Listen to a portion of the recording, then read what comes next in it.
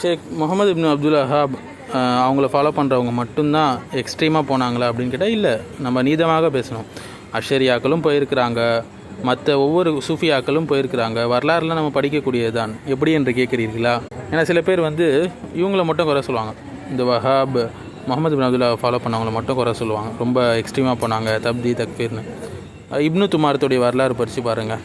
அவங்க முராபி தூண்களுக்கு எதிராக செஞ்சது. அவங்க அஷரி அக்கீதா, மேலும் தாஹிரி ஃபிக்கு, இவங்க எக்ஸ்ட்ரீமாக போயிருக்காங்க தான். தவறான இன்டர்பிரிட்டேஷன் அடிப்படையில் மராக்கிஷில் நிறைய ஆண்களை கொண்டு இருக்கிறாங்க தான். இப்படி சூஃபியாக்களில் பாருங்கள், மக்காவுக்கு போனால் இவங்க வஹாபி காஃபிர், இவங்க பின்னாடி தொழ முடியாது சொல்லி சூஃபியாவில் எக்ஸ்ட்ரீமாக இருக்கக்கூடிய குரூப் சொல்லக்கூடியவங்களாக இருக்கிறாங்க. இப்படி ஒவ்வொரு குரூப்லேயுமே தீவிர போகக்கூடியவங்க இருக்கத்தான் செய்கிறாங்க. நம்ம ஒரு குரூப்பை மட்டும் சாட முடியாது, இவங்ககிட்ட தான் அப்படி இருக்குன்னு சொல்லி. இதை நாம் கலந்து விட்டு ஓப்பன் மைண்டடாக பழக வேண்டும்.